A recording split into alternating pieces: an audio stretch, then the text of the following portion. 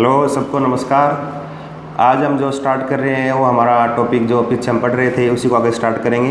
और हमारा आज टॉपिक है वो है एटॉमिक स्ट्रक्चर, जिसके हमने पीछे 4 पार्ट पढ़ लिए हैं। आज हम इसमें पार्ट नंबर इसका 5 स्टार्ट करेंगे। तो आज हम स्टार्ट करते हैं एटॉमिक स्ट्रक्चर का पार्ट नंबर 5, पार्ट 5 यानी इसका 5वां भाग है। और जिन विद्यार्थियों ने पार्ट नंबर 1, 2, 3, 4 नहीं देखे हैं वो पहले पार्ट 1, 2, 3, 4 देखें, उसके बाद पार्ट नंबर 5 देखें। देखो पार्ट 5 के अंदर हमारा पहला जो टॉपिक आज है वो है, और सबसे इम्पोर्टेंट टॉपिक है, ये आगे आपके बार बार काम आएगा। और टॉपिक हमारा क्या, कक्षक, जिसको बोलते हैं ऑर्बिटल। कक्षक यानी ऑर्बिटल। अब देखो सबसे पहले क्या, कक्षक की क्या परिभाषा, यानी कक्षक किसको बोलते हैं, कक्षक का अर्थ क्या है। और कक्षक के अंदर जो है एक बात बहुत इंपॉर्टेंट है जो आपको याद रखना है, और इस पे एग्जाम में क्वेश्चन बनता है। और परिभाषा में एक पॉइंट कौन सा याद रखना है, देखो कक्षक बोलते किसको है, बोलने में क्या है, क्या लिखेंगे कि नाभिक के चारों तरफ का, कि नाभिक के चारों तरफ का वह स्थान जहां इलेक्ट्रॉन पाए जाने की अधिकतम संभावना हो, अधिकतम संभावना हो।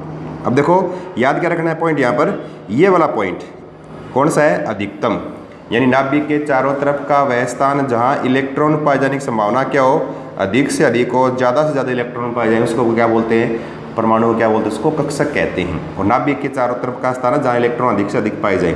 अब देखो इस कक्षक के साथ में एक पॉइंट और याद रखना है, ये पॉइंट, ये आगे बार बार काम आएगा। एक नोडीय तल बोल दें, नोडल प्लेन, नोडल प्लेन नाम लिखा हुआ जाए, या इसकी जगह कई बार नाम लिखा आता है नोडीय पृष्ठ। क्या नाम है, नोडीय पृष्ठ यानी नोडल सरफेस, नोडल सरफेस, ये दो चीज़ें हैं ये। अब देखो नोडीय तल और नोडल सरफेस किसके लिए काम में लेना है, पहला पॉइंट तो ये कि अगर एस कक्षक जाना आ जाए ना, तो एस कक्षक में नोडीय पृष्ठ काम में लेंगे एस के लिए। और पी और डी एफ जो आ जाए, पी डी एफ, उनमें क्या नोडीय पृष्ठ, ये नोडीय तल काम में लेते हैं। तो एस के लिए नोडीय पृष्ठ और पी डी एफ के लिए नोडीय तल काम में लेते हैं। अब देखो नोडीय तल या नोडीय पृष्ठ बोलते किसको है, देखो कक्षक जो है ना, हमने लिखा है अभी ये ऑर्बिटल, इस कक्षक का जस्ट अपोजिट बोल दे, लगभग इसका उल्टा। अब देखो कक्षक है क्या, कि नाभिक के चारों तरफ का वह स्थान जहाँ इलेक्ट्रॉन पाए जाने की संभावना अधिक से अधिक हो। नोडीय तल या नोडीय पृष्ठ में क्या हो जाएगा, नाभिक के चारों तरफ का वह स्थान जहाँ इलेक्ट्रॉन पाए जाने की संभावना कम नहीं, शून्य हो, बिल्कुल जीरो। यानी क्या हो कि नाभिक के चारों तरफ का वह स्थान जहाँ इलेक्ट्रॉन पाए जाने की संभावना, क्या लिखोगे, संभावना क्या हो, शून्य हो, जीरो। ये पॉइंट याद रखना है कि नाभिक के चारों तरफ का वह स्थान जहाँ इलेक्ट्रॉन जीरो पाए जाए उसको क्या बोलते हैं, नोडीय तल या नोडीय पृष्ठ कहा जाता है। ये 2 पॉइंट याद रखनी है। अब देखो एग्जाम में कई बार क्वेश्चन क्या आता है, ऐसे क्वेश्चन लिख देते हैं, और क्वेश्चन क्या लिखते हैं कि निम्नलिखित में से, क्वेश्चन क्या आ गया कि निम्नलिखित में से कक्षक है, प्रश्न आता है कि निम्नलिखित में से कौन सा कक्षक है, और वहाँ आपके ऑप्शन लिखा होता है कि एस, दूसरा ऑप्शन पी, तीसरा डी, और चौथा ऑप्शन लिख दिया सभी। और अब बताओ इसमें क्या हो सकता है। हाँ, जैसे आप अभी सोच रहे हो वैसे सभी विद्यार्थी क्या करते हैं, इसको सभी लिख देते हैं कि निम्नलिखित में से कक्षक है, तो उसमें क्या लिखते हैं कि एस पी डी ए और आगे एफ लिख दें या सभी लिख दें। तो अधिकतर ऑप्शन क्या करते हैं, सभी करते हैं, लेकिन वास्तव में ये सभी गलत है। क्यों, क्योंकि एस पी डी एफ है ना, ये कक्षक नहीं होते। अब देखो थोड़ा सा ध्यान रखना है, एक होता है कोष, और कोष को कैसे लिखते हैं, ऐसे के एल एम एन, ऐसी ये कोष है।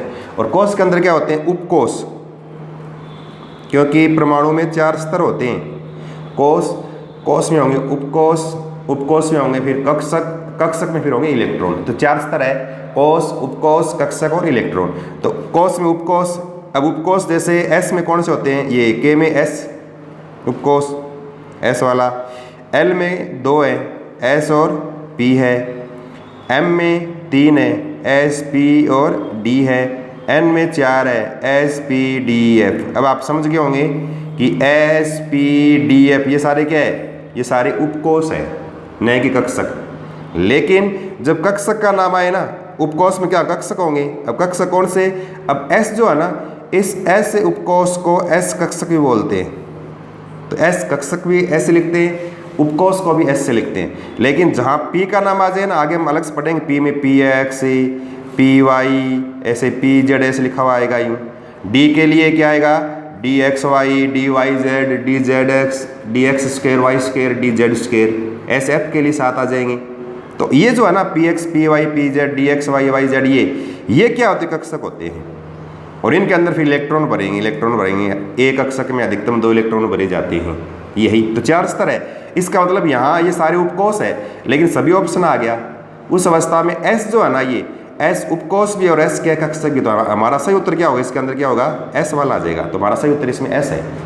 इसलिए ध्यान रखना, एस पी डी एफ ये क्या उपकोष है, न कि कक्षक। कक्षक अलग चीज़ है। अब यहाँ हमने पढ़ क्या रहे, क्या पढ़ रहे हैं हम पढ़ रहे हैं कक्षक के बारे में। तो इसका मतलब कक्षक पढ़ रहे हो आप, तो कक्षक के अंदर हम एस कक्षक के बारे में पढ़ेंगे। अब पी के अंदर कक्षक कौन से उनके बारे में पढ़ेंगे, डी में कौन कौन से उनके बारे में पढ़ेंगे। तो इसमें हम कक्षक के बारे में पढ़ेंगे। अब कक्षक की पहले हमने परिभाषा की है। परिभाषा के बाद हम जो स्टार्ट करें टॉपिक को, हमारा सबसे पहले लिखेंगे एस उपकोष। एस उपकोष टॉपिक है, कक्षक में एस उपकोष। अब देखो एस उपकोष में पहला पॉइंट क्या लिखोगे कि एस उपकोष में अधिकतम कक्षकों की संख्या, अधिकतम एस कक्षक की संख्या, अधिकतम एस कक्षक की संख्या। अब देखो एस उपकोष में कक्षक क्या होते हैं, एक ही होता है। एस कक्षक इसमें एक ही होता है। और ऐसे एक डिब्बा बना देंगे, जैसे ये एस कक्षक है।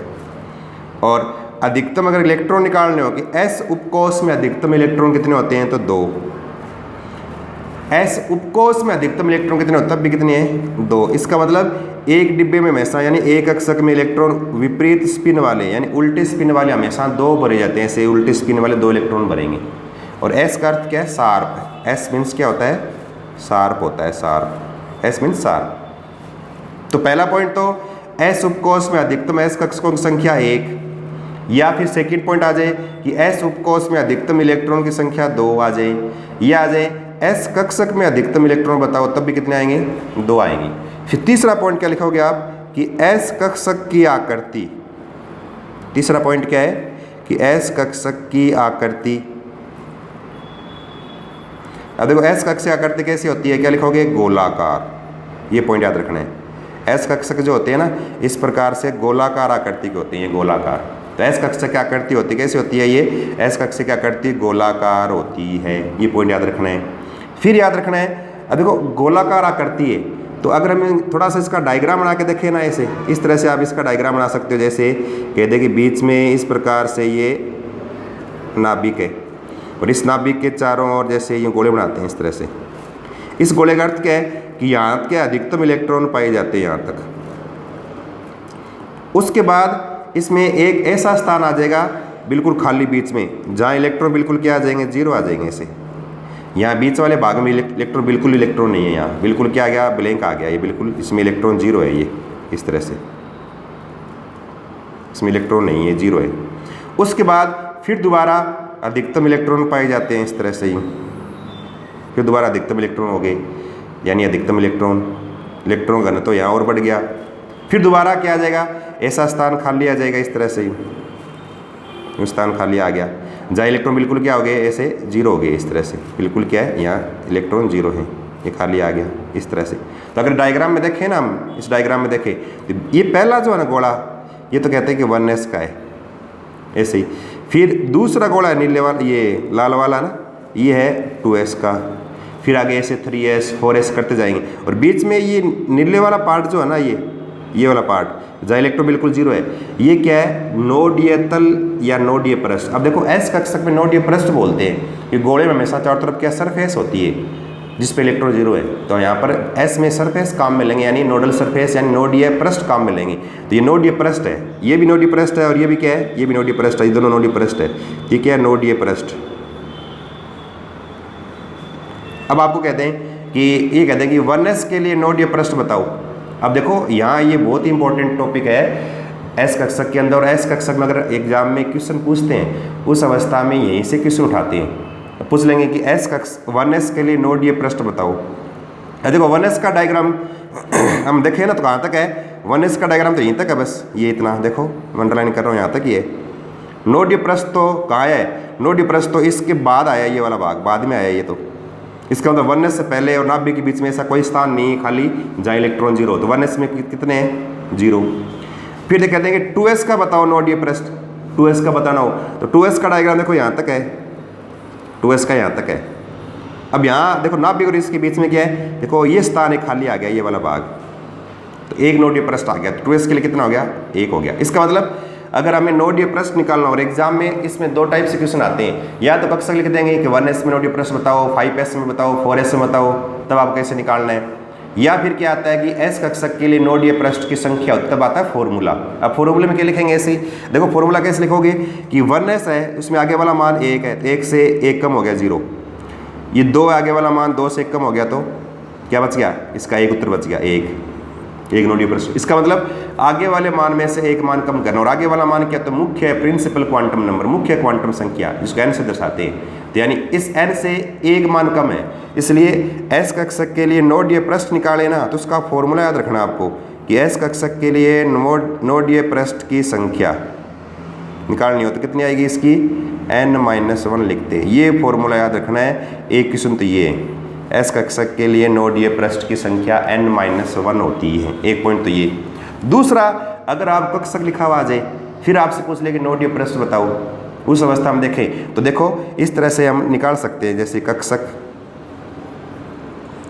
और दूसरा टाइप क्वेश्चन ये है नोड ये पृष्ठ, इसकी निकालनी हो, नोड ये पृष्ठ फॉर्मूला क्या है, n-1 से निकालना है। अब कक्षक लिखा हुआ आ जाए कि 1s का बताओ, 2s का बताओ, 3s का बताओ, 4s, 5s ऐसे। और एग्जाम में ध्यान रखना 5s वाला सेकंड ग्रेड एग्जाम में क्वेश्चन पूछा गया एक बार। अब देखो 1s के लिए देखें तो 1s में तो आगे वाला मान एक में से 1 घटा दे, कितना आ गया मान, 0, तो 0। आगे वाले मान को 1 कम करते जाना है। 2s में 1, 3s में 2, 4s में 3, 5s में कितने हो गए, 4 हो गए। तो नोड ये पृष्ठ निकालने एक तो फॉर्मूला याद रखना है, एक कक्षक के लिए आ जाए तब आगे वाले मान में से एक मान कम करके आपको क्या उत्तर निकालना है। तो एस कक्षक के लिए नोड ये पृष्ठ कितने होते हैं, n-1 होता है, ये थोड़ा आपको याद रखना है। उसके बाद देखो अगला पॉइंट इसमें एस कक्षक में याद रखना है। अब देखो ये जो अभी पॉइंट लिख रहा हूँ, ये आगे हम पढ़ेंगे क्वांटम संख्या में दोबारा आएगा, तो वहाँ थोड़ा सा आपको डिटेल से बताएंगे इसमें है क्या। यहाँ थोड़े से 2 पॉइंट आपको ऐड करने हैं। एक तो याद रखना है कि एस उपकोष के लिए, एस उपकोष के लिए, एस उपकोष के लिए दिगंशीय क्वांटम संख्या का मान क्या है, एस उपकोष के लिए दिगंशीय क्वांटम संख्या, एजीमुथल क्वांटम नंबर या सबसिडरी क्वांटम नंबर बोलते हैं, जिसको एल से दर्शाते हैं। और एल की वैल्यू क्या आती है, इसके लिए क्या लिखते हैं, 0। ध्यान रखना ये, यानी एस उपकोष के लिए दिगंशीय क्वांटम संख्या का मान कितना होता है, एल का मान 0 होता है, ध्यान रखना। फिर एक पॉइंट याद रखना है कि एस कक्षक के लिए, एस कक्षक के लिए चुंबकीय क्वांटम संख्या का मान, जिसको लिखते हैं स्मॉल m से, मैग्नेटिक क्वांटम नंबर। और ये मान जो है ना, ये +-l तक होता है, ध्यान रखना। यानी l की वैल्यू इसको +- तक ले जाओ, अगर 0 प्लस तक ले जाओ, माइनस तक ले जाओ तो क्या हो जाएगा, 0 रहेगा। और अगर 1 है तो 1 को क्या +- तक ले जाएंगे, तो यहाँ पर क्या है, 0 है, 0 है तो 0 +- तक ले जाओ, उत्तर क्या रहेगा, इसका 0 रहेगा। तो यानी इसके लिए मान भी क्या आएगा, 0 आएगा। इस तरह से उत्तर क्या आएगा, इसका 0। 2 पॉइंट याद रखने हैं आपको। एक तो एस उपकोष के लिए दिगंशीय क्वांटम संख्या कितनी है, एल का मान 0। एक है एस कक्षक के लिए चुंबकीय क्वांटम संख्या, एम का मान क्या होता है, इसका मान भी क्या होता है, 0 होता है। थोड़ा आपको ध्यान रखना है ये। अब देखो, अब एस उपकोष में ये 4-5 बातें याद रखनी है बस। एस उपकोष कक्षक की संख्या 1, एस कक्षक में इलेक्ट्रॉन 2, एस उपकोष में इलेक्ट्रॉन 2, एस कक्षक की आकृति गोलाकार होती है। आकृति कैसे होती है, गोलाकार, यानी इसकी बिल्कुल सर्कुलर होती है। फिर आपको याद रखना है कि एस कक्षक के लिए नोड ये पृष्ठ की संख्या n-1 होती है। दिगंशीय क्वांटम संख्या का मान एस उपकोष के लिए 0, और एस कक्षक के लिए चुंबकीय क्वांटम संख्या का मान क्या होता है, 0 होता है। ये तो क्या है, एस उपकोष के लिए आपको ये मेन पॉइंट आपको याद रखनी है। फिर देखो सेकंड पॉइंट जो है हमारा वो क्या है, सेकंड पी उपकोष। अब देखो, अगर देखना चाहिए ना हम थोड़ा, अगर आपको कहते हैं कि एस कक्षक इसके अगर हम थोड़ा डायग्राम दिखाएं तो आपको देखो थोड़ा सा मैं पहले एस कक्षक की डायग्राम दिखा देता हूँ। देखो थोड़ा सा ये देख लो एक बार, जैसे ये इस तरह से इनको आप देख सकते हो। देखो ये दिख रहा है ना आपको, इस तरह से यहाँ ये देखो 1s का डायग्राम। तो 1s का डायग्राम क्या है, यहीं तक है बस 1s का। अब देखो 2s में क्या हो गया, ये बिल्कुल डार्क वाला है ना, ये तो 1s हो गया, और ये बार वाला है ना, ये 2s हो गया। बीच में देखो बिल्कुल थोड़ा वाइट दिख रहा है ये वाला भाग, ये क्या है, नोड ये पृष्ठ यानी नोडल सरफेस यानी नोड हो गया। ये कितना इसमें 1 आ गया। 3s का देखो डायग्राम, 3s में ये तो किसका हो गया, 1s है डार्क वाला, फिर ये किसका है, 2s का है, फिर ये देखो ये क्या है, 3s है। बीच में देखो ये तो न्यूक्लियस हो गया नाभिक। अब देखो ब्लैंक वाले भाग क्या, वाइट वाला एक तो ये हो गया, वाइट वाला एक ये हो गया। तो 3s में कितने नोड है, ये 2 हो गए। देखो 1 2 हम दिखा के यहाँ, एक वाला भाग दूसरा, 2 नोड हो गए। इस प्रकार से तो हम इसे दिखा सकते हैं कि एस कक्षा आकृति गोलाकार है और इसमें नोड कितनी होती है, n-1 होती है। और डायग्राम अगर आप देखना चाहो तो और भी दिखा सकता हूँ। चलो आपको एक डायग्राम और दिखाता हूँ मैं एस कक्षक के लिए। देखो ये रहा, इसको भी देख सकते हो आप, शेप इस तरह से, ये है ना इस तरह से। ये 1s के लिए तो इसको हमने ऐसे काट के दर्शाया है। इसका बिल्कुल क्या ट्रांसवर्स, मतलब बिल्कुल अनुप्रस्थ काट वाला है। 2s का दिखाएं तो इस तरह से देखो, ये 3s का देखें तो इस तरह से देखो। 3s में एक ये रहा 3s, ये 2s, ये 3s, ये 2s, और ये बीच वाला क्या हो गया, 1s। बीच में देखो नोड जो है ना, एक ये नोड रहेगी, एक ये नोड, 2 नोड रहेगी इसमें, इस तरह से। इस तरह से आप डायग्राम देख सकते हो। एस किसके लिए, ये एस उपकोष यानी एस कक्षक के लिए डायग्राम है। और भी डायग्राम देखना चाहो तो आपको चलो एक डायग्राम और दिखाता हूँ मैं एस कक्षक के लिए डायग्राम, इस तरह से ही। एक बार रुको थोड़ा सा। और एस के लिए डायग्राम है ना ये, तो डायग्राम इसलिए दिखा रहा हूँ तो ताकि थोड़ा सा आपको इसमें थोड़ा सा ध्यान रहे कि किस तरह से एस क्या करते, थोड़ा दिमाग में आपके एक थोड़ी सी एक पिक्चर सी बन जाए, जिसको आप देख के इसको आराम से देख सकते हो, कर सकते हो आप। देखो ये रहा ये वाला भाग, इसको देखो यूँ इस तरह से, है ना। अब देखो ये 1s का है, ये देखो 2s का, ये 3s का। बीच में क्या देखते नोड है, ये 2 नोड बीच में, एक ये वाली नोड वाला भाग, एक ये नोड वाला भाग, ये बीच में 2 नोड है।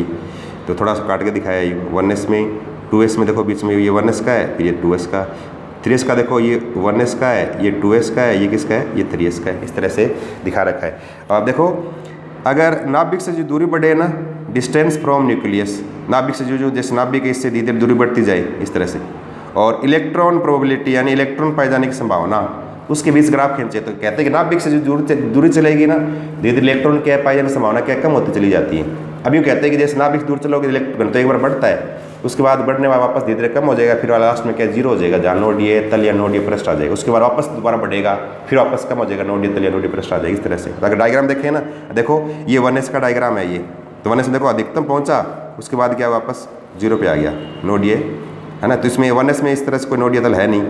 2s में देखो पहले देखो डायग्राम इस तरह से, पहले ऊंचाई तक गया, फिर वापस यहाँ 0 आ गया, ये नोड ये तल या नोड ये नोडल सरफेस आ गया, ये फिर ये बढ़ गया, फिर इस तरह से आ गया। तो ये 1s का, ये किसका है, ये 2s, तो इसमें नोड ये तल आ गया एक। 3s में देखो ये 1s वाला भाग, ये 2s का, फिर ये 3s वाला भाग, इस बीच में क्या आ गया, एक नोडल 2 आ गए, ऐसे कितने आ गए 2। इसमें नोड ये सरफेस यानी नोडल सरफेस आ गए 2, नोड ये पृष्ठ आ गए। इस तरह से आप इसके डायग्राम को भी आप ऐसे इस तरह से याद कर सकते हो। थोड़ा देख लो डायग्राम को भी आप अपनी कॉपी में बना सकते हो इस तरह से। ये तो है एस कक्षक या एस उपकोष के बारे में हो गया। अब इसके बाद देखो अगला पॉइंट जो हमारा वो है एस के बाद पी उपकोष। अगला हमारा पॉइंट क्या है, पी उपकोष, पी सब सेल। और पी उपकोष के अंदर देखो पी मीन्स होता है प्रिंसिपल। पी किससे बना है, प्रिंसिपल से। अब देखो पहला ऐसे पहले की तरह लिखने पॉइंट आपको, और पहला पॉइंट क्या लिखोगे आप कि पी उपकोष में कक्षक की संख्या कितने होंगे कक्षक, अब पी में कितने होंगे 3 होते हैं। अब देखो एस में 1 था, पी में कितने होंगे 3। ये हमेशा ओड नंबर में चलेंगे, विषम संख्या में चलेंगे। 1 एस में, फिर पी में 3, 1 3 5 7 9 ऐसे चलेंगे। तो एस में 1, पी में 3, डी में 5, एफ में 7, फिर आगे जी में 9, इस तरह से होते चले जाएंगे। तो पी उपकोष में कक्षक संख्या कितनी है 3 है। अब जैसे अगर हम देखें इसको इस तरह से ही, पी में ऐसे 3 कक्षक है इस तरह से, इस तरह से। एक को बोलते हैं px, एक क्या है py और एक क्या है इसे pz। ये 3 p कक्षक है। अब ध्यान रखना p में कक्षक 3 कौन कौन से हैं, px, py और कौन से हैं pz। अब देखो आपको पता है एक कक्षक में अधिकतम इलेक्ट्रॉन कितने आते हैं, 2। इस तरह से 1 2 1 2 1 2 इस तरह से। तो टोटल इलेक्ट्रॉन कितने हो गए, कुल इलेक्ट्रॉन कितने हो गए, ये कितने हो गए 6 इलेक्ट्रॉन हो गए। अब देखो यहाँ पे 2-3 क्वेश्चन बढ़ेंगे। अब सीधा क्वेश्चन आ जाए कि p उपकोष में अधिकतम इलेक्ट्रॉन की संख्या बताइए, कितने बताओगे 6, कितने होगी 6 इलेक्ट्रॉन है। अब आ जाए p कक्षकों में अधिकतम इलेक्ट्रॉन बताइए, p कक्षकों में, तब क्या करोगे, p कक्षकों में 6 होते हैं। और कई बार जनरली है ना एक शब्द जोड़ देते हैं और हम जल्दबाजी में इस उत्तर को गलत कर देते हैं और क्वेश्चन क्या लिख देते हैं कि एक p कक्षक में अधिकतम इलेक्ट्रॉन की संख्या होती है और p नाम आती तुरंत हमारे दिमाग में आता है 6 यानी 6, लेकिन वहाँ क्या लिखा है एक p कक्षक। अब देखो कक्षक एक कोई भी हो, एक p कक्षक, एक d कक्षक, एक f कक्षक, एक आ जाए नाम आ जाए तो एक आते हैं हमेशा इलेक्ट्रॉन कितने आएंगे, 2 आएंगे। तो अगर ये आ जाए एक p कक्षक में अधिकतम इलेक्ट्रॉन कितने होंगे, तब कितने होंगे, एक में कितने होते हैं 2 ही होते हैं, ध्यान रखना एक p कक्षक में 2 होते हैं। और अगर p कक्षकों में आ जाए तो 6, p उपकोष में आ जाए तब भी कितने हैं 6। इसके अलावा एक अगला पॉइंट याद रखना है कि p कक्षक की आकृति कैसी होती है, p कक्षक की आकृति और p ऑर्बिटल है ना इसकी शेप कैसी होती है, आकृति कैसी है इसकी, है ना। तो अब देखो p कक्षक आकृति कैसी होती है, क्या लिखते हैं डम्बल शेप, डम्बलाकार। कैसे होती है, डम्बल शेप यानी डम्बलाकार, इस तरह से यूँ डम्बल बनाते हैं ऐसे, इस तरह से डम्बल होता है यूँ p में इस तरह से डम्बल बनते हैं। अब देखो अगर हम इनका डायग्राम बनाना चाहिए ना कि डायग्राम बनाओ, अब डायग्राम कैसे बनाएंगे कि क्योंकि अक्ष 3 है ना यूँ इस तरह से, इस तरह से। अगर हम थोड़ा सा इसको चलो बड़ा बना के दिखाता हूँ आपको, इस तरह से जैसे यूँ अगर चित्र बनाए, चित्र में क्या है जैसे ये एक्स एक्सिस है ना, जैसे ये वाई है और ये क्या है जेड है। अब अगर हम लोब है ना डंबल जो है उस डंबल को पी एक्स यानी एक्स पे बना दें तो डायग्राम किसका हो जाएगा, पी एक्स का हो जाएगा। ऐसे किसका है, ये पी एक्स का आ गया। अगर इसी डंबल को वाई पे कर दें तो किसका डायग्राम आ जाएगा, ये पी वाई का हो गया, ये पी वाई। और अगर इसी डंबल को हम कर दें किस पर, जेड पे कर दें तो किसका डायग्राम आ जाएगा, ये पी जेड का। ये किसका आ गया, पी जेड, ये पी जेड डंबल शेप है। आकृति कैसे इसकी डंबलाकार है, डंबल शेप होती है।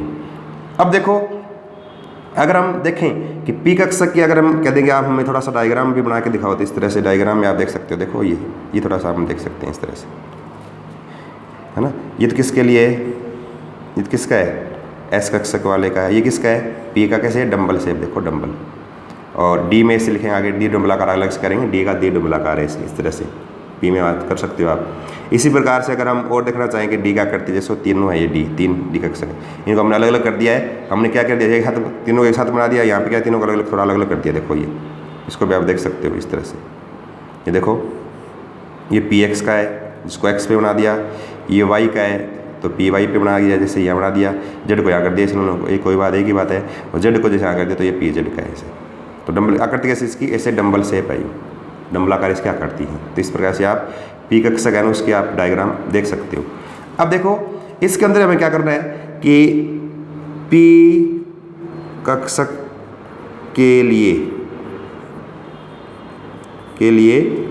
नोडीय, अब देखो यहाँ नोडीय तल बोलेंगे कि नोडीय तल की संख्या, ये आ जाए number of nodal plane in P orbital. P कक्षक के लिए नोडीय तल की संख्या। अब देखो एस में क्या होती है, n-1। अब p जो स्टार्ट होती है ना वो कभी 1p नहीं होता। अब देखो 1s तो होता है लेकिन 1p क्यों नहीं होता, उसका हम आगे क्वांटम संख्या में आपको पूरा एक्सप्लेन करूँगा क्यों नहीं होता। l का मान n के मान के बराबर या उससे ज़्यादा नहीं हो सकता, कैसे नहीं हो सकता वो करेंगे, तब आएगा वहाँ 1p नहीं होता। d 1d और 2d नहीं होता, 3d से स्टार्ट होता है। f जो है 1 2 3 नहीं होता, 4f से स्टार्ट होता है। इसलिए p कभी 1p नहीं होगा, 2p से स्टार्ट होगा। और आपको पता है पहला जो कक्षक आ जाए ना, पहले के लिए हमेशा नोडीय तल या नोडीय पृष्ठ क्या 0 ही होता है कि पहले इलेक्ट्रॉन अधिकतम उसके बाद फिर यानी 0 होंगे। तब हमेशा पहले कक्षक के लिए हमेशा नोडल प्लेन क्या आएगा, हमेशा 0 आएगा। अब 2p के लिए 0 करें तो 0 कब होगा, n आगे माइनस कितना करें, 2 करना पड़ेगा, तब 2 में से 2 जाएंगे तब क्या 0 हो जाएगा। तो इसका मतलब इसका फॉर्मूला अगर हम देखें तो क्या हो जाएगा, पी कक्षक के लिए नोडीय तल कितने हो जाएंगे, n-2 होता है फॉर्मूला। एक प्रश्न तो एक इसका प्रश्न तो ये है। तो एक क्वेश्चन याद रखना है ये कि पी कक्षक के लिए नोडीय तल की संख्या कितनी है, n-2 होती है। एक पॉइंट ये ध्यान रखना है। फिर सेकंड क्वेश्चन ये आ जाए, कक्षक लिखा हुआ आ जाए ऐसे इस तरह से कक्षक और लिखा हुआ आ जाए नोडीय तल, इस तरह से कक्षक नोडीय तल। फॉर्मूला क्या है, n-2 है। कक्षक लिखा हुआ आ जाए, लिख दे कि 2p, 1p होता ही नहीं है, 3p, 4p, ऐसे 5p ऐसे लिखा हुआ आ जाए। अब देखो अगर इनका हम उत्तर निकालें, अब n- क्या करना आपको, 2 करना है। n-2 करोगे तो 2 - 2 क्या आ गया, इसका 0, इसका 3 - 2 1, इसका 4 - 2 2, 5 - 2 3, इस तरह से नोडीय तल आप निकाल सकते हो। तो एक तो सीधा फॉर्मूला नोडीय तल का n-2। एक कक्षक लिखा हुआ आ जाए, उसके लिए अगर आपको नोडीय तल निकालना पड़े तो ये वाला इस तरह से निकालना है। फिर एक क्वेश्चन और है, और एक क्वेश्चन क्या है, उस अवस्था में आपको 2p 3p ऐसे लिखे हुए नहीं मिलेंगे, नहीं आपको n-2 वाला लिखेंगे फॉर्मूला। वहाँ क्या लिख देंगे आपको, क्वेश्चन क्या लिख देंगे, px के लिए नोडीय तल बताओ। अब देखो हमेशा तल जो होता है ना, तल में हमेशा 2x काम में आते हैं, x y आ सकता है या y z आ सकता है या x z आ सकता है, कोई मतलब 2x मिलकर एक तल का निर्माण करते हैं। अब यहाँ पर क्वेश्चन क्या आता है कि ऐसे लिख देंगे, ऐसे इस तरह से लिखेंगे कक्षक के, और कह देंगे इसके लिए नोडीय तल बताओ, ऐसे नोडीय तल। और कक्षक क्या लिख देंगे, px py क्या लिख देंगे, pz ऐसे लिख देंगे, और इनमें कह देंगे इनमें नोडीय तल बताओ। अब px का लिखेंगे ना, अब देखो x तो यहाँ आ गया, तल कौन सा बच गया, yz बच गया, तो yz तल हो गया, ये ध्यान रखना है। py का पूछ ले, py का तो y तो आ गया, क्या बच गया, xz बच गया, तो इसका क्या हो गया, xz हो गया। और pz का पूछ ले तो यहाँ z आ गया, क्या बच गया, xy बच गया, तो यहाँ पर क्या आ गया, xy आ गया, इस तरह से। तो px के लिए yz, py के लिए xz, और pz के लिए क्या हो गया, xy आ गया। तो यानी अब यहाँ एक पॉइंट और है, और अभी केमिस्ट्री फर्स्ट ग्रेड के एग्जाम में क्वेश्चन भी आया था ये, कि वहाँ पर डी के लिए आया, तो यहाँ पर हम अगर पी का देखें ना, तो पी में क्या लिखोगे, क्वेश्चन क्या आता है कि पी कक्षक के लिए नोडीय तल होती है। देखो चौथा क्वेश्चन बन गया ये। चौथा कैसे, पहला तो क्या हो गया कि पी उपकोष के लिए, या कहते हैं पी कक्षक के लिए नोडीय तल की संख्या बताइए, तो आप क्या n-2 कर देंगे। दूसरा क्वेश्चन क्या हो गया, कोई कक्षक लिखा हुआ आ जाए, नोडीय तल पूछ लें, 2p का बताओ, 3p का, 4p का, तब आपको n-2 लगा के फॉर्मूला करना है, दूसरा क्वेश्चन। तीसरा क्वेश्चन है वो ऐसे आ जाए, px का बताओ, तब आप x y z, जो x दे रखा है वो छोड़ दो, बाकी 2x लिख दो, वो उसका नोडीय तल हो जाएगा। चौथा क्वेश्चन क्या है इसका, चौथे में क्या है, यहाँ लिख दें कि p कक्षक के लिए, अब कुछ नहीं लिखा कि p कौन सा है, क्या है, px है कि py है कि pz है कि 2p 3, कुछ नहीं लिखा। क्या लिख दिया कि p कक्षक के लिए नोडीय तल की संख्या होगी। क्या पूछ ले कि नोडीय तल कितने होते हैं। देखो p में, देखो px में कितना है नोडीय तल, एक ही तो है ये, yz तल। py का कितना है, xz तल। pz का कितना है, xy तल। तो एक ही तल तो है, यानी एक ही तो है। तो ध्यान रखना, p कक्षक के लिए नोडीय तल की संख्या पूछ लेगी, उत्तर कितना आएगा इसका, 1 आएगा। तो यहाँ देखो 4 क्वेश्चन बन गए। n-2 फॉर्मूला याद रखना है, कक्षक लिखा हुआ आ जाए उसका निकालना आ जाए, px py pz लिखा हुआ उसका निकालना आ जाए। चौथा क्वेश्चन क्या हो गया, p कक्षक के लिए नोडीय तल की संख्या होगी, तब 1 2 3 4 लिख दे, तो कितनी होगी, 1 होती है। कितनी है कक्षक की संख्या, इसमें नोडीय तल कितने होते हैं, 1 ही होते हैं। कि किसके लिए, p कक्षक के लिए। फिर इसमें एक पॉइंट याद क्या रखना है p के लिए, एक तो दिगंशी क्वांटम संख्या का मान, दिगंशी क्वांटम संख्या जिसको बोलते हैं एजीमुथल क्वांटम नंबर l की वैल्यू, और हमेशा l की वैल्यू 0 से स्टार्ट होती है। 0s के लिए, p के लिए क्या आएगी, 1 आ जाएगी, तो यानी 1। और फिर चुंबकीय क्वांटम संख्या का मान, इनका पूरा अलग से पढ़ेंगे हम बाद में। चुंबकीय क्वांटम संख्या का मान m से लिखते हैं। इसका मान क्या है, क्या होगा, क्योंकि l के मान को प्लस माइनस तक ले जाना है, तो क्या होगा, प्लस माइनस l तक, यानी प्लस माइनस 1 तक। l का मान क्या है, 1 ही तो है, प्लस माइनस 1 तक। अब प्लस माइनस 1 ले जाओ ना, तो प्लस 1 बीच में क्या आएगा, 0, फिर क्या आएगा, -1। तो इसमें कितने मान आ गए, 3 मान आ गए, +1 0 -1। और p में कक्षक कितने हैं, 3 ही है। अब देखो किताबों में लिखा हुआ मिलेगा, px की वैल्यू होती है चुंबकीय क्वांटम संख्या का मान px लिए कितना होता है, तो वो लिखा +-1। तो अधिकतर एग्जाम में क्वेश्चन जो आते हैं उस क्वेश्चन पैटर्न से करेंगे हम यहाँ। आरपीसी वगैरह क्वेश्चन पूछते हैं उसके अकॉर्डिंग, तो आरपीसी वगैरह क्वेश्चन पूछते हैं, वहाँ पर क्या है, px की वैल्यू है ना +1 मान के चलते हैं, py की वैल्यू है -1 मान के चलते हैं, और पी जेड वाला है वो क्या है 0 है। तो ध्यान रखना चुंबकीय क्वांटम संख्या का मान है ये किसके लिए, P x P Y P Z कक्षकों के लिए कितना है +1 पी एक्स के लिए, 0 पी जेड के लिए, -1 पी वाई के लिए। तो ये पी उपकोष में आपको ये 5-7 मेन पॉइंट याद रखने हैं। पी उपकोष कक्षक कितने होते हैं 3, इलेक्ट्रॉन 3 दूनी 6 हो गए, पी के कक्षक की आकृति डंबलाकार हो गई, फिर हमने इसके डायग्राम बना लिए, फिर नोडीय तल की संख्या n-2 होती है, फिर कक्षक लिखा हुआ नोडीय तल निकालना आ जाए, उसके बाद कोई p x P Y P z लिखा उसके लिए निकालना आ जाए, फिर कक्षक या नोडीय तल कितने होते हैं इसमें, पी कक्षक में 1 होता है, फिर उसके लिए दिगंत से क्वांटम संख्या का मान 1, चुंबकीय क्वांटम संख्या का मान +-1 तक, यानी +1 0 -1, +1 पी एक्स का मान, 0 पी जेड का मान, -1 पी वाई का मान। ये पॉइंट आपको मैंने याद रखने किसमें पी उपकोष के लिए। उसके बाद देखें अब अगर इनका थोड़ा सा हम डायग्राम भी आपको दिखाया मैंने, थोड़ा सा तल दिखा दूँ आपको ऐसे नोडीय तल निकालने ऐसे दिखे ना मैंने कि पी एक्स के लिए नोडीय तल का मान, पी वाई के लिए, पी जेड के लिए, तो इसको आप ऐसे देख सकते हो। देखो ये रहा ये पी एक्स का डायग्राम मान लो ऐसे, तो इसमें तल क्या हो गया पी एक्स के लिए वाई जेड तल हो गया, तो ये वाई जेड वाला बीच वाला तल जहाँ इलेक्ट्रॉन बिल्कुल क्या है 0 है। अब देखो ये पी जेड है और पी जेड के लिए क्या हो गया ये पी जेड, इसके लिए नोडीय तल क्या हो गया, कौन सा हो गया एक्स वाई हो गया, तो एक्स वाई नोड प्लेन है ये, एक्स वाई वाले भाग पे हो गया ये। और ये क्या है पी वाई का डायग्राम है, पी वाई में देखो कौन सा बच गया पी वाई के लिए एक्स जेड बच गया, तो यहाँ एक्स और जेड ये तल है ये, इलेक्ट्रॉन बिल्कुल क्या है 0, तो एक्स जेड नोडल प्लेन हो गया। तो नोडल प्लेन ऐसे इस तरह से आप पी के लिए निकाल सकते हो। इसके बाद देखो पी के बाद जो है ना हम यहाँ आगे कर रहे हैं, उस पी के लिए बाद में हमें कौन सा करना है डी का मान करना है, डी उपकोष या उसको डी कक्षक बोलते हैं। अब देखो डी के अंदर क्या है, कौन कौन सी बातें याद रखनी है। अगला क्या है डी उपकोष, डी मीन्स होता है डिफ्यूज, डी मीन्स क्या था डिफ्यूज, डी उपकोष। अब पहले वाले की तरह ही सेम ऐसे करना है।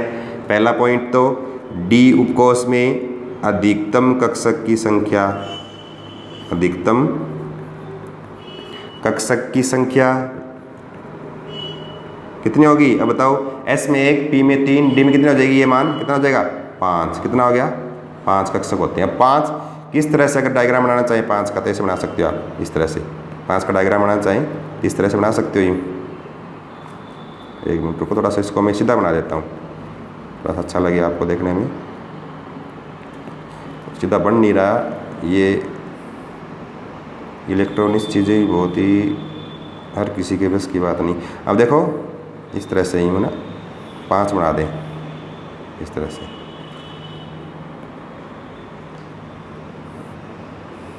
इस तरह से 5 है ये, तो 5 डी कक्षक है ये। अब पाँचों में कौन कौन से हैं 5 देखो। अब इनका अगर आपको नाम याद करने, अगर नाम आपको याद नहीं हो रहे हैं कैसे याद करें, देखो याद करने का तरीका क्या है, इस तरह से लिख लो आप एक्स ए वाई जेड, है ना एक्स वाई जेड। अब देखो डी की आकृति जो होती है ना वो कैसी होती है द्विडंबलाकार, डी कक्षक की आकृति कैसे लिखते हैं आकृति डबल डंबल शेप, द्विडंबलाकार डबल डंबल शेप होती है। अब देखो 2 डंबल बनेंगे ऐसे इस तरह से यूँ, 2 डंबल बनाओगे नहीं यूँ, तो 2 डंबल में हमेशा अब इनका अगर डिनोट करोगे तो आपको 2x काम में लेने पड़ेंगे, कि 2x काम में आएंगे इस तरह से यहाँ डिनोट करोगे तो इसके नाम के अंदर भी 2x काम में लेंगे। अब देखो 2 कैसे काम में लोगे, इस तरह से ले सकते हो यूँ, पहले 2 ले लें, डी क्या गया पहले का नाम डी एक्स वाई, फिर क्या करें आगे वाला एक x को हमने निकाल दिया, फिर आगे वाला 2 ले ली काम में, तो डी वाई जेड दूसरा हो गया।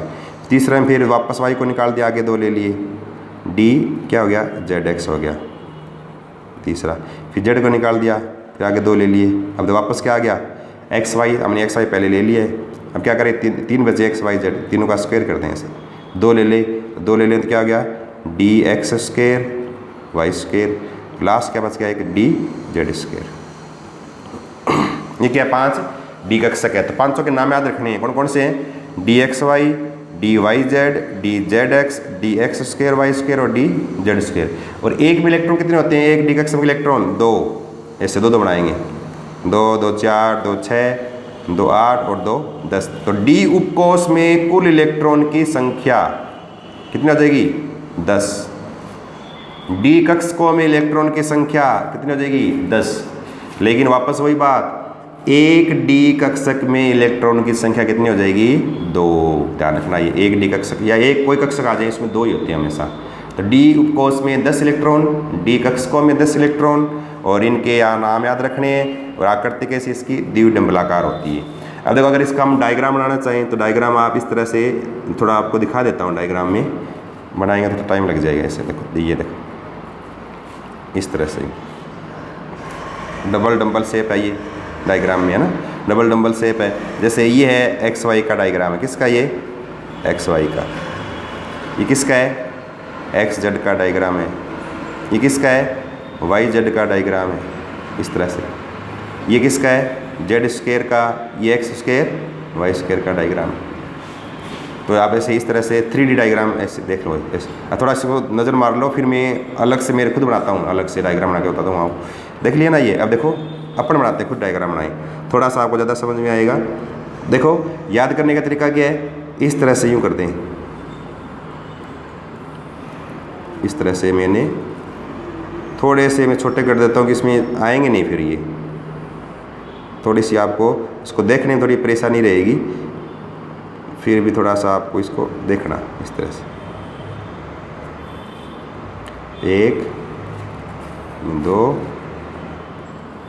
ये 3, 2 पार्ट नीचे कर देता हूँ, 4 और ये 5। अब देखो हमने लिखे है ना ये कि d x y, d y z, d z x, d x square Y square और डी जेड स्क्वायर। अब देखो इनका नाम जो देखोगे ना आप, उस नाम में देखो आपको ये 3 तो नाम में एक जैसे लग रहे हैं, ये 2 का स्क्वायर वाला भाग थोड़ा सा अलग से लग रहा है, इसलिए इनके डायग्राम के अंदर भी 2 ग्रुप है।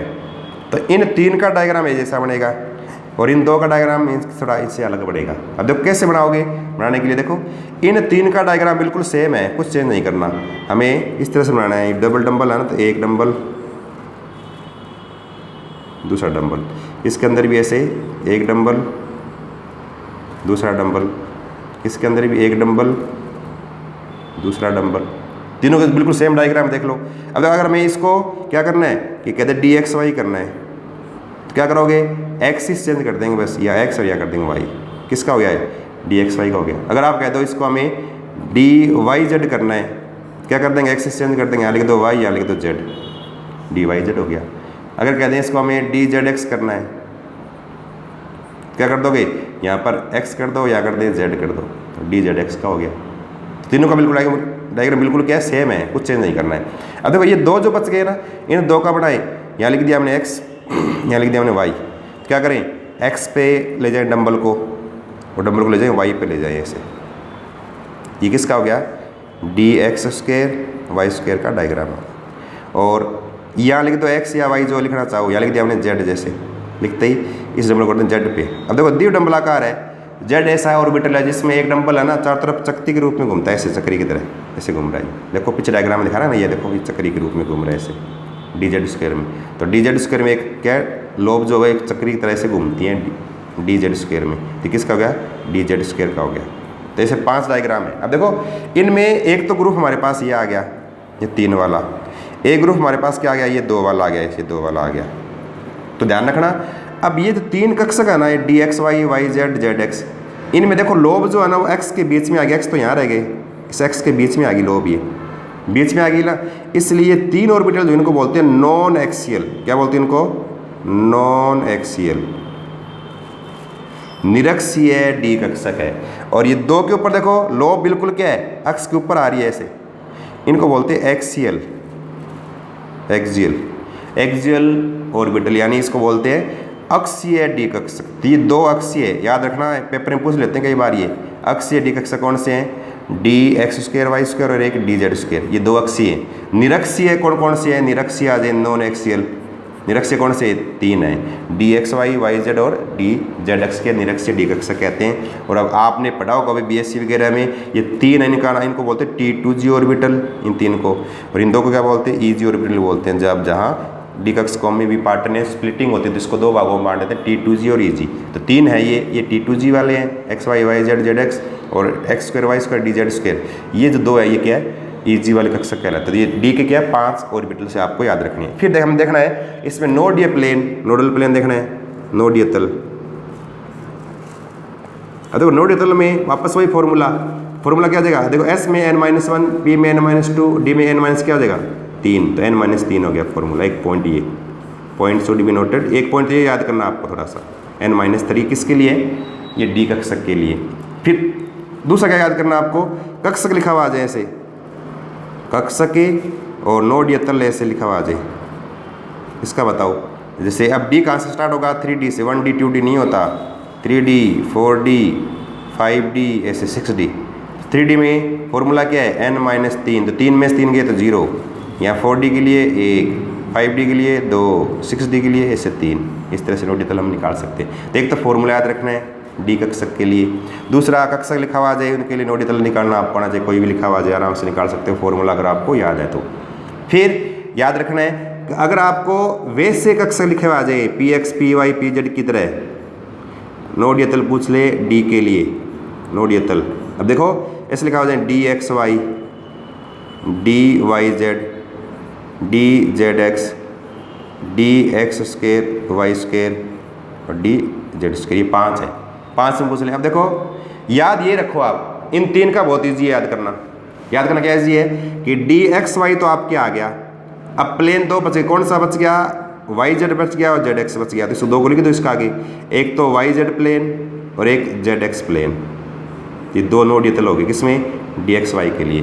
dyz का पूछ लें और ये 2 बच गए, इधर वाला बच गया और एक ये बच गया, तो इसके 2 ये कौन से हो गए, ये ना 2 कौन से हो गए, एक तो xy और एक नीचे वाला zx, ये 2 हो गए। zx का पूछ ले तो ऊपर वाले 2 बच गए, ये दोनों, ये देख लो, तो xy और क्या हो गया yz हो गया, वो 2 हो गए। और इनमें देखो 2 कक्षकों में लोब बिल्कुल अक्ष के ऊपर है, तो इस प्रकार से कोई भाग शेष नहीं रहता जहाँ इलेक्ट्रॉन पाए जाने की संभावना 0 हो, यानी हर जगह इलेक्ट्रॉन पाए जाते हैं, तो इनके लिए नोड तल का मान क्या आता है 0 आता है। तो ध्यान रखना है कि dx² y² और dz² के लिए नोड या तल का मान कितना होता है 0 होता है, ये याद रखना आपको। तो d के लिए नोड या तल n-3 यानी n-3, फिर 1D यानी 3D 4D 5D ऐसे आ जाए, तब उसमें n-3 करके निकालना है फॉर्मूला। तीसरा क्वेश्चन ये आ जाए dxy yz zx आ जाए, x² y² z² का आ जाए, तब आपको ये दोनों तीनों पॉइंट याद रखने हैं। फिर जिस P1 लिखा है ना हमने कि P कक्षक के लिए नोड या तल होते हैं, कितने थे, 1 था वहाँ, लेकिन D में कितने हैं, देखो यहाँ 2 हो गए, 2 यहाँ भी 2, यहाँ भी 2, ध्यान रखना D में नोड या तल कितने होते हैं, हमेशा कितने होते हैं, 2 होते हैं। तो ध्यान रखना D के लिए नोड या तल सीधा आ जाए ना कितने होते हैं, तब निकालना चाहिए कितने होते हैं, इसके 2 होते हैं। ये तो गुण आपको याद रखना है, ये आप याद कर सकते हो, ठीक है ना। और उसके बाद फिर हमारा अगला पॉइंट जो है ना इसका, वापस वैसे ही पहले वाले की तरह ही क्या करोगे, दिगंशी क्वांटम संख्या का मान, दिगंशी क्वांटम संख्या जिसको लिखते हैं L से, मान कितना होगा इसका, S का 0, P का 1, D का क्या हो जाएगा 2 है। फिर चुंबकीय क्वांटम संख्या का मान M की वैल्यू क्या होगी, L के मान को प्लस माइनस तक ले जाएं तो प्लस माइनस 2 तक, तो मान क्या हो जाएंगे, +2 +1 0 -1 -2, 5 मान हो गए। कक्षक भी कितने हैं, D के 5 ही तो हैं, इनके 5 अलग अलग मान है, तो आपको क्वांटम संख्या बता देंगे कि +2 किसका है, देखिए तो dx² y² का है, +1 किसका है, dzx का है, फिर यहाँ -2 किसका है, dxy का है, -1 किसका है, yz का है, 0 किसका है, dz² का है। ये हम आपको अलग से बाद में पढ़ाएंगे क्वांटम संख्या, उसमें अलग से आपको लिखाएंगे ये। तो डी उपकोष में आपको ये मेन 5-7 पॉइंट याद रखने हैं। डी उपकोष में कक्षक होते हैं 5, इलेक्ट्रॉन 5 दूनी 10 इलेक्ट्रॉन होते हैं। एक डी कक्षक में इलेक्ट्रॉन 2 होते हैं। डी का आकृति द्विडंबलाकार होती है। डी के 5 कक्षक, 500 के आपको नाम, 500 के आपको संरचना आनी चाहिए। किस डी कक्षक में यानी एक लोब चक्ति की तरह होती है, लोब की तरह, तो किसमें dz² में एक लोब क्या चक्ति की तरह होती है। फिर आपसे पूछ ले कि अक्षीय डी कक्षक कौन से हैं, निरक्षीय कौन से हैं, तो 3 तो निरक्षीय है, x y y z z x वाले। अक्षीय 2 हैं, x² y² और एक z², 2 ये अक्षीय वाले यानी डी ऑर्बिटल हैं। फिर नोड या तल n-3, फिर उस पर 4 क्वेश्चन बनते हैं, अभी कराए मैंने, वो आपको थोड़े याद रखने हैं। फिर दिगंशीय क्वांटम संख्या का मान कितना है, इसके लिए 2। चुंबकीय क्वांटम संख्या कितनी है इसकी, +2, ये ±2 तक। फिर ये 5 मान 5 डी कक्षक के लिए अलग अलग है। तो यहाँ तक हमारे डी उपकोष पूरा हो गया। एफ में आपको 2-4 पॉइंट याद रखने हैं, आपके इतना सिलेबस का है नहीं। एफ में एक तो एफ मीन्स फंडामेंटल।